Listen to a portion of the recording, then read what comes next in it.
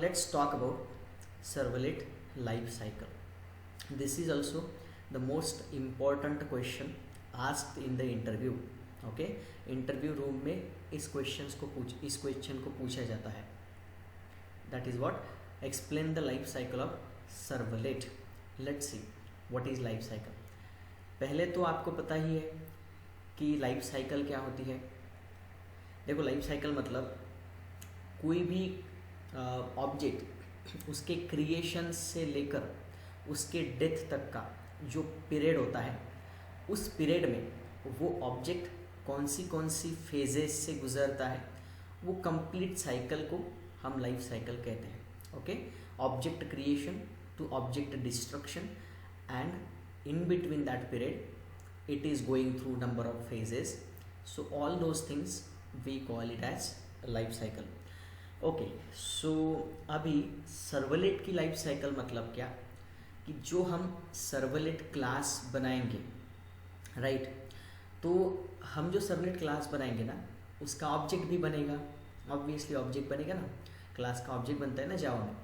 तो जावा में आपके सर्वलेट क्लास का जो ऑब्जेक्ट बनेगा एंड जब काम खत्म हो जाएगा तो उस ऑब्जेक्ट को डिस्ट्रॉय भी किया जाएगा, राइट. तो सर्वलेट क्लास का ऑब्जेक्ट क्रिएट करने से लेके सर्वलेट क्लास का ऑब्जेक्ट डिस्ट्रॉय होने तक का जो पीरियड है उसको हम सर्वलेट की लाइफ साइकिल कहेंगे. Getting it? ओके, सो अब देखो क्वेश्चन कम्स कि सर्वलेट, अभी देखो बेसिक चीज़ें पता है ना आपको. हम क्या बनाएंगे? वेबसाइट यानी वेब प्रोजेक्ट. इक्लिप्स में जाके create new dynamic web project हम बनाएंगे. फिर उसमें src/main/java फोल्डर में जाके हम क्या करते हैं? सर्वलेट क्लासेस बनाते हैं. तो हमने एक वेबसाइट बनाई, वेब प्रोजेक्ट बनाया. अब ये जो वेब प्रोजेक्ट है जिसमें आपने सर्वलेट क्लास बनाया हुआ है, maybe there are multiple servlet classes you have created in that project. तो ये जो प्रोजेक्ट है इसको कहाँ रन किया जाएगा? सर्वर पे रन किया जाएगा. सर्वर सॉफ्टवेयर के प्रेजेंस में इस प्रोजेक्ट को रन किया जाएगा. ओके, सर्वलेट क्या है? सर्वलेट एक जावा का प्रोग्राम है. सर्वलेट एक क्लास है. ओके, इसको कहाँ रन किया जाता है? सर्वर के प्रेजेंस में. फॉर एग्जांपल टॉमकैट सर्वर के प्रेजेंस में सर्वलेट प्रोग्राम को रन किया जाएगा. ओके, तो मतलब सर्वलेट को कौन रन कर रहा है? सर्वर रन कर रहा है. ओके, अब हमने ये भी पढ़ा था सर्वर में क्या होता है? कंटेनर होता है, राइट. कंटेनर फाइल होती है ना, कैटलिना कंटेनर फाइल. तो वो कंटेनर एक्चुअल में वो सर्वलेट के प्रोग्राम्स को रन करता है. Getting it? तो अब यहाँ पे क्वेश्चन कम्स कि वो सर्वर या कंटेनर, हम जो सर्वलेट का प्रोग्राम सर्वर पे रखेंगे उसको कब रन करेगा? तो देखो, उसको कब रन करेगा? जब रिक्वेस्ट जाएगी सर्वर को कि देखो भाई सर्वर, इस सर्वलेट प्रोग्राम को रन करना है, तो तभी वो सर्वर या कंटेनर उस सर्वलेट के प्रोग्राम को रन करेगा. Getting it? सो मतलब जब रिक्वेस्ट जाएगी ना तभी रन करेगा सर्वर उस सर्वलेट के प्रोग्राम को जो सर्वर पे रखा होगा, राइट. ओके, सो सर्वलेट के प्रोग्राम को रन करना मतलब ही क्या हो जाएगा? उसकी लाइफ शुरू हो जाती है. देखो, प्रोग्राम की लाइफ क्या होती है? Program execution starts to program execution ends. Okay, उसको कहेंगे हम life cycle of the program. तो सर्वलेट की लाइफ साइकिल मतलब क्या? सर्वलेट प्रोग्राम का एग्जीक्यूशन शुरू किया से लेके सर्वलेट प्रोग्राम का एग्जीक्यूशन बंद हो गया, अभी कंप्लीटली डिस्ट्रॉय हो गया वहाँ पे, तो उसको कहेंगे उस सर्वलेट के प्रोग्राम की लाइफ. तो वो सर्वलेट के प्रोग्राम को कौन रन करेगा? सर्वर कंटेनर रन करेगा. ओके, रिक्वेस्ट जाने के बाद, राइट. तो अभी वो कैसे रन करते हैं? तो वो क्या क्या करते हैं वहाँ पे? क्योंकि देखो, सर्वलेट के प्रोग्राम को हम नहीं रन करते हैं, उसको कौन रन करता है? कंटेनर सॉफ्टवेयर रन करता है. सर्वर के अंदर रखा container piece of software, right. तो कंटेनर सर्वलेट के प्रोग्राम को कैसे रन करता है, यही लाइफ साइकिल में बताना होता है. वो क्या क्या करता है उसके पूरे एग्जीक्यूशन के बीच में. लेट्स से, ओके, सो देखो, first thing, once you request a servlet component, जैसे ही आप एक सर्वलेट के प्रोग्राम को रिक्वेस्ट भेजेंगे, ब्राउज़र से इंटरनेट के थ्रू आप रिक्वेस्ट भेजेंगे, वैसे ही सर्वर के पास वो रिक्वेस्ट जाएगी। अब सर्वर कंटेनर को रिक्वेस्ट हैंड ओवर करेगा, कंटेनर सर्वलेट की लाइफ साइकिल शुरू कर देगा। तो मतलब वो क्या करेगा, जिस सर्वलेट के प्रोग्राम को आपने रिक्वेस्ट भेजी है वो क्या करेगा, क्रिएट, मतलब क्या, उस सर्वलेट क्लास का जो कि सर्वर पे ऑलरेडी रखा हुआ है उसका ऑब्जेक्ट क्रिएट करेगा। Getting it? What is the meaning of create? So it will create object of the servlet class to which you have requested. Got it now? Right. Then next step क्या करता है container, देखो container क्या करेगा, जैसे ही container ने आपके servlet class का ऑब्जेक्ट क्रिएट किया, फिर वो आपके सर्वलेट क्लास पे इंटरनली कुछ मेथड्स को कॉल करेगा।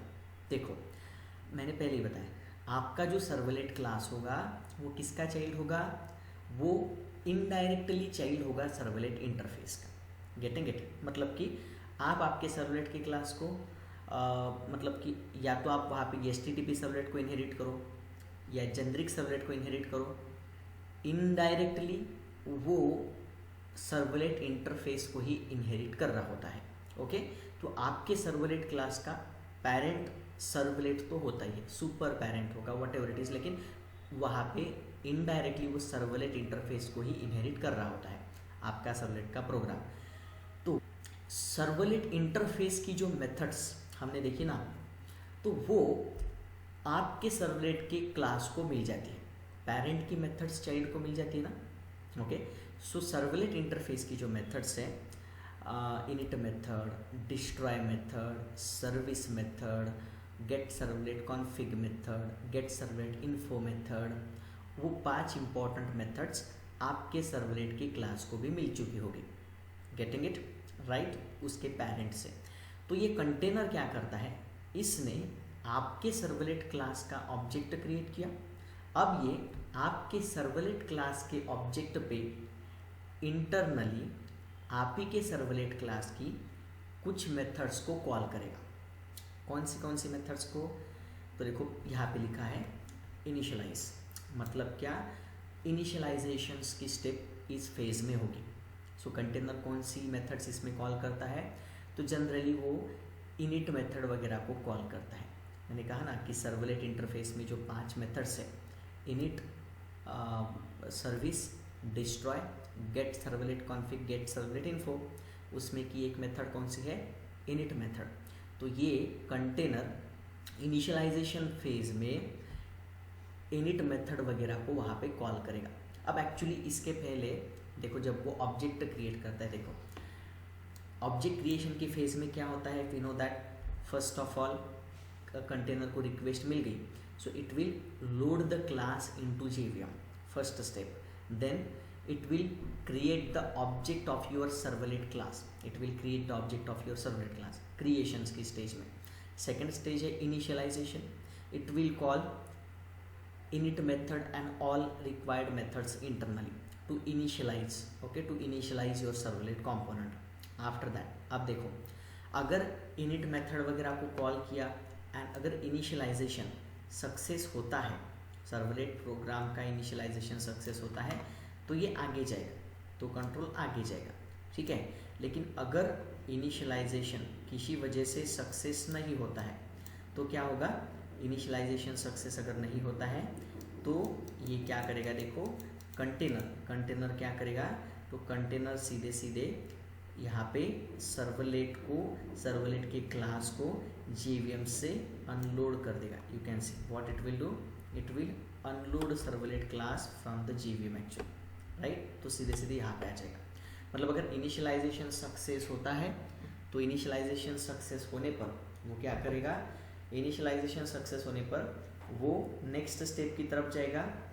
लेकिन अगर इनिशियलाइजेशन किसी वजह से फेल होता है तो वो सीधे सीधे जिस सर्वलेट के क्लास को JVM में लोड किया था उसको वहाँ से अनलोड कर देगा। Getting it right? Done.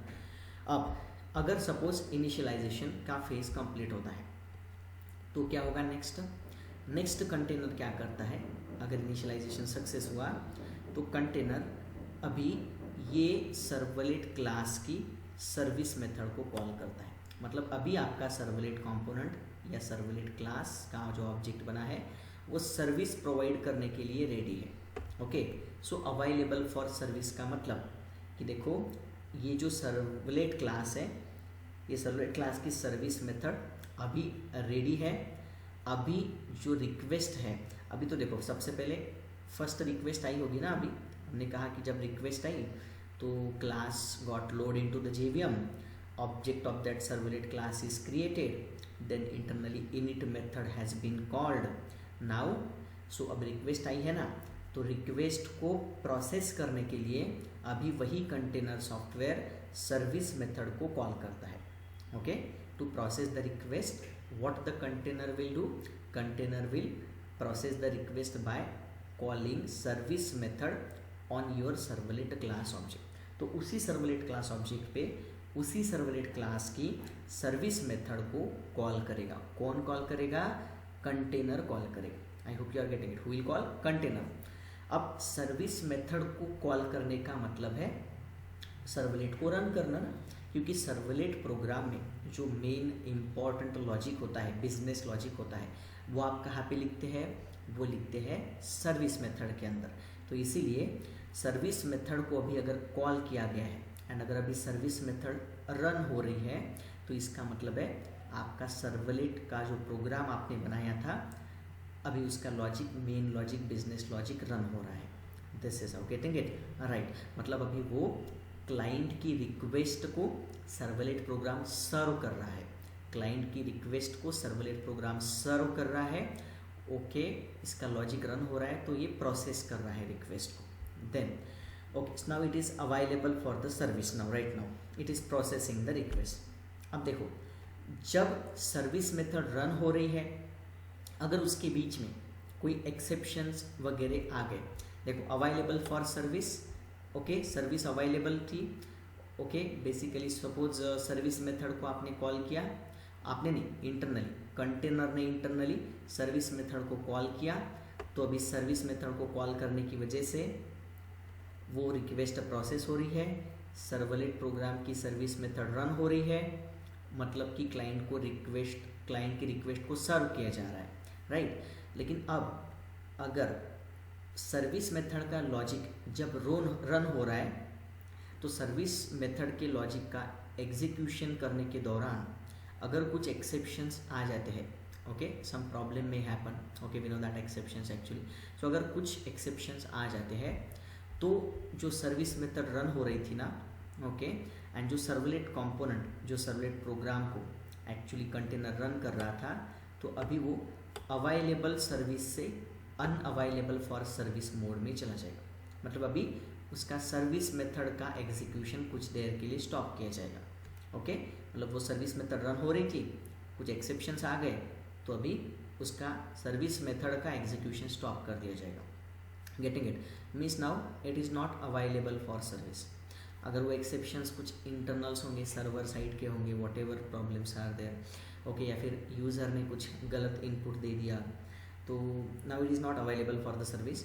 Okay, अगर फॉर एग्जांपल देन वो एक्सेप्शंस जो है अगर सर्वर साइड के होंगे तो अगर वो हो गए थोड़ी देर में सॉल्व, या तो यूज़र साइड के होंगे, तो सपोज अगर यूज़र ने फिर से रिक्वेस्ट सेंड की, फिर से एक बार रिक्वेस्ट सेंड की एंड इस बार उसने सही इनपुट दिया, तो जो अनअवेलेबल फॉर सर्विस मोड में था सर्वलेट क्लास, फिर से वो कहाँ चला जाएगा?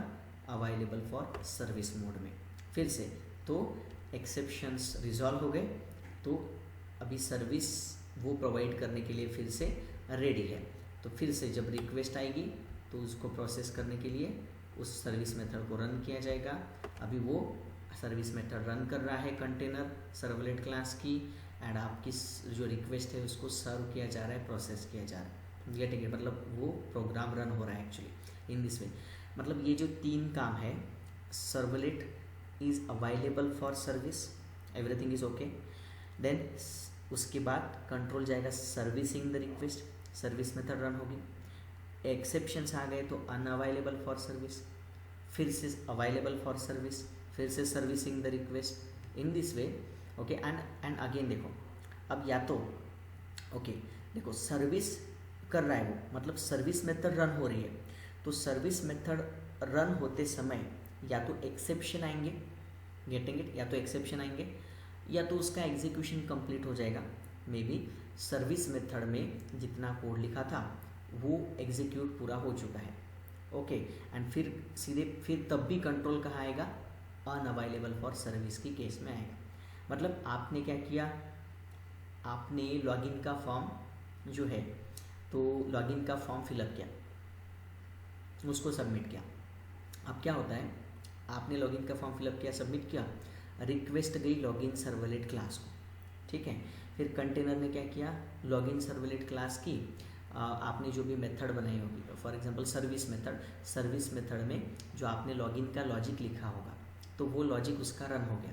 लॉजिक क्या, कि आपने जो इनपुट दिया है वो इनपुट को डेटाबेस में से जो रिकॉर्ड्स आएंगे उनके साथ क्रॉस चेक करना है कि देखो आपने जो इनपुट दिया है क्या वो डेटाबेस के रिकॉर्ड्स के साथ मैच होता है क्या।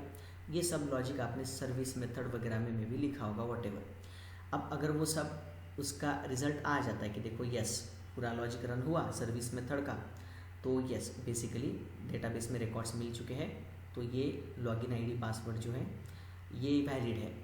तो अभी सर्विस मेथड क्या करेगा, ओके सर्वलेट कंपोनेंट रिस्पॉन्स करेगा ना आपको, तो मतलब फिर वो अनअवेलेबल में आ जाएगा। उस केस में भी अनअवेलेबल फॉर सर्विस में फिर से, क्योंकि अभी उसको सर्विस कर दी थी।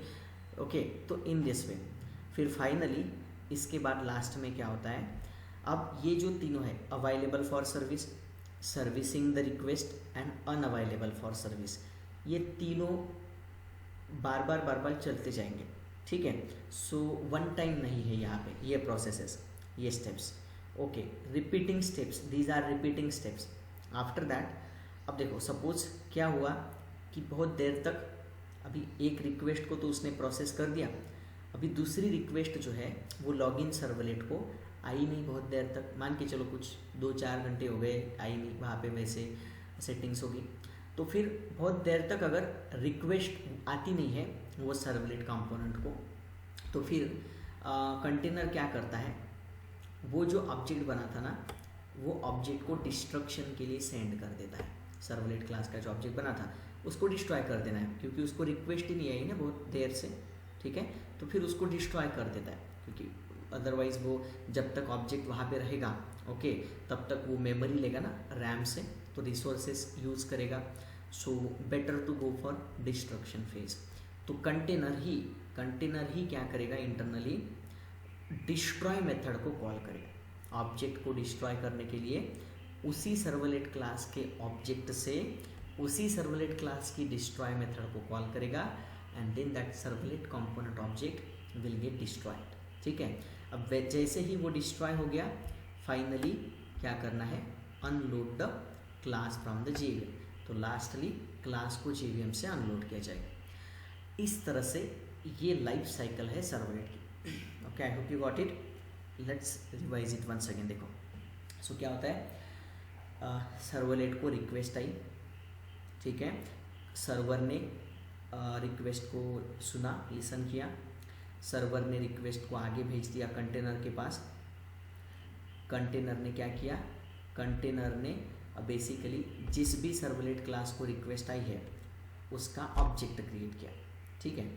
उसके बाद क्या हुआ, तो मतलब पहले क्लास को जेवीएम में लोड किया जाएगा, फिर उसके बाद ऑब्जेक्ट क्रिएट किया जाएगा, उसके बाद उसी सर्वलेट क्लास की इनिट मेथड को कॉल किया जाएगा, बाद में सर्विस मेथड को कॉल किया जाएगा, एंड फिर वो रिक्वेस्ट को प्रोसेस कर रहा है।